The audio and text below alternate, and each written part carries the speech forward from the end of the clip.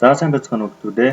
Өнөөдрийн хичээлийн сэдэв бол бид хуулийн талаар юу мэдэх хэрэгтэй вэ гэсэн сэдвээр нь хичээл орж ирсэн. За манай хичээлийг хэлхийн өмнө хичээлийн зорилгоо танилцуулъя. Манай хичээлийн зорилго бол хууль нь хүнийг хэрхэн хамгаалдаг талаар бид бүгд судлаад, хуулийг дагаж мөрдөх нь өөрийн болон бусдын эрхийг хэрхэн хэрэгжүүлдэг талаар судлахад өнөөдрийн хичээлийн зорилго болно. За хэдүүлээ хичээлд анхаарай. За хичээл орохоос өмнө хэдүүлээ товчхоо нэг тохиолдол дээр ажиллая. За тохиолдолд хэлцгээе. Эртний урдын цагт нэгэн Балмад хаан байжээ. Тэр улс орноо ганцаараа удирдах. Хүмүүс түүний зарилгыг үг дуугүй дагдаг байлаа. Хаан иргэдээс хүссэн хэмжээгээр эд хөрөнгө хурааж, өөрийн төлөө амь хайргүй зүтгэхийг шаардаж, шийдвэрийг нь эсэргүүцэх хинэгч болов цаазалж, дарчлаан шийдэгдэг эрэг даргатай явсанжээ. За ийм эрэг даргатай хаан амьдрал суудаг байсан хаан. Эцэстээ хаан дураараа авиралт харгислал хэрээс хэтэрч ард иргэд нь бид өөрсдөө бусдад хэн нэгэн заграгдан гэдэг нь ярьдаг болоос өөрсдөө хэмээн хааны эсрэг болжээ. Боцлогын үр дүнд хүмүүс нийгмээ хэрхэн зохион байгуулах талаар хэлэлцэн тохирсон.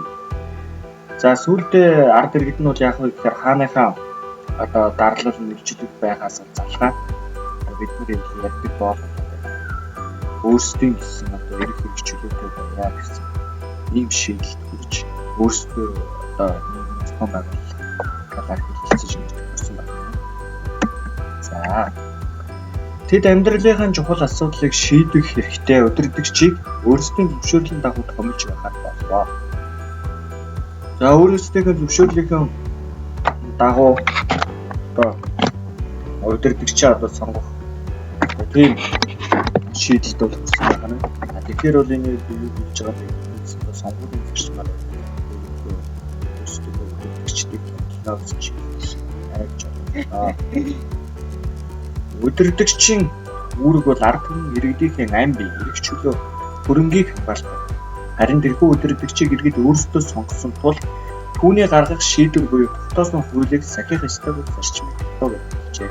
За тэгээд тэр сонгосон хүнийхээ баталсан тэр хууль тогтоомж дүрм журмыг ягштал дагах ёстой гэсэн зарчмыг бүгд хэлэлцэн тохироод баталсан байна шүү дээ. За хэдүүлээ кейсээ сая уншаад ойлгосон бол дараагийн асуултанд хариулаарай. За нэгдүгээр асуулт хуульгүй нийгэм ямар байсан бэ? За хоёрдугаар асуулт тухайн үед ард иргэд бослог гаргаагүй бол ямар үр дагавар хүрэх байсан бэ? За дараагийн асуулт иргэдийн бослогын гол зорилго юу вэ? За дөрөвдүгээр асуулт бид яагаад хуулийг дагаж мөрдөх хэрэгтэй болсон бэ? 5-дугаар асуулт хууль хэрхэн үүссэн бэ? За эдгээр асуултын дагуу та бүгд яах вэ гэхээр түүнийхээ өрнөсөн тохиолдолд кейс дээр ажиллаж ойлгоснороо яг энэ уг 5 асуултанд өөрийнхөө үзэл бодлоор хариулах хэрэгтэй байна. За тэгээд видео хичээлийн пауз зогсоож байгаа эдгээр асуултанд бичиж төгсгөлийг хариулаарай. За дараагийн хуулиар бидний эрхийг хэрхэн хамгаалах вэ гэж. За бид бүгд энэ саяны хичээлээр саяны тохиолдолд ажиллаа. Тэгэхээр хууль бол яагаад бидний эрхийг яаж хамгаалдаг юм бэ? Хуулийг бол яагаад батлан гаргадаг? Хуулийг яагаад санаачилж хэрэгжүүлдэг юм бэ? Төрөөс ард иргэдийн эрх ашиг.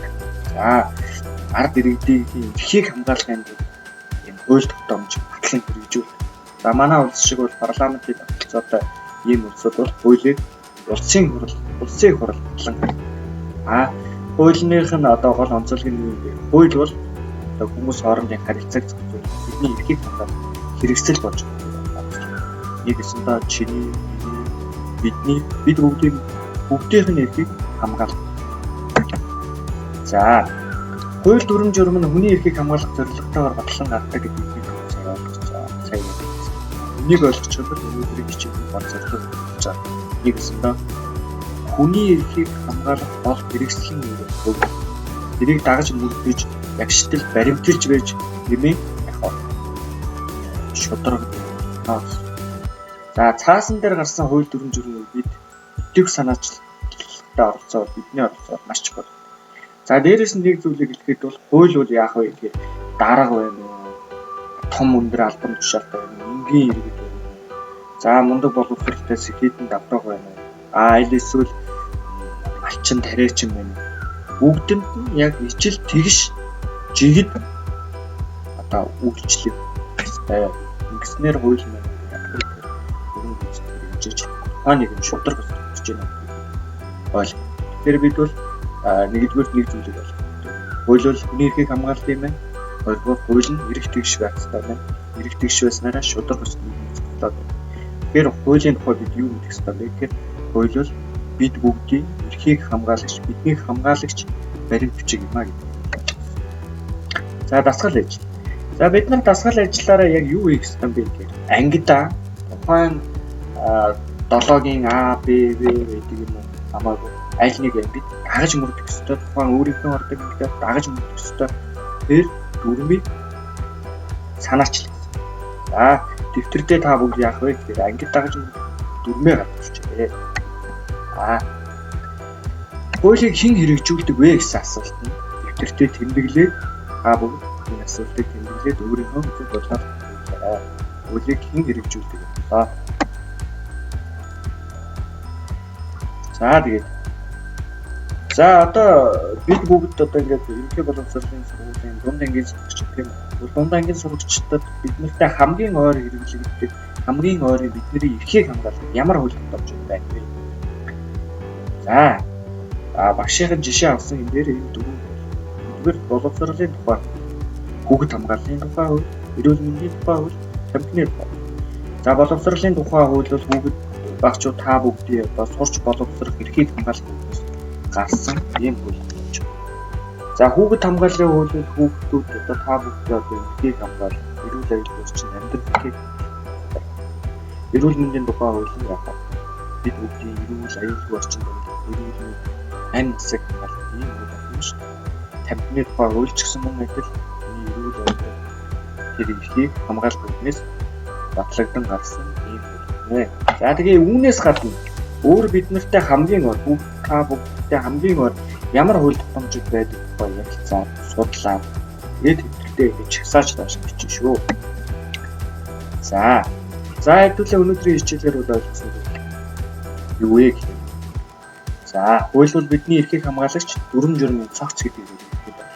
Хууль бол бидний эрхийг хамгаалагч дүрм журмын цогц байна.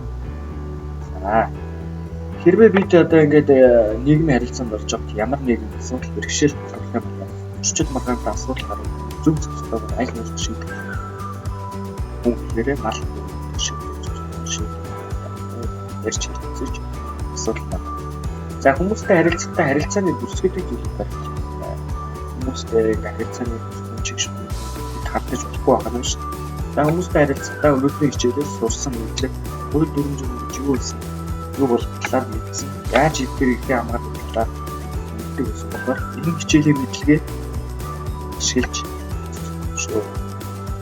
За өнөөдрийн хичээлийн гэрээ даалгавар бол сургуулийн 73 дугаар онцонд гэртээ хийгээрэй сургууль.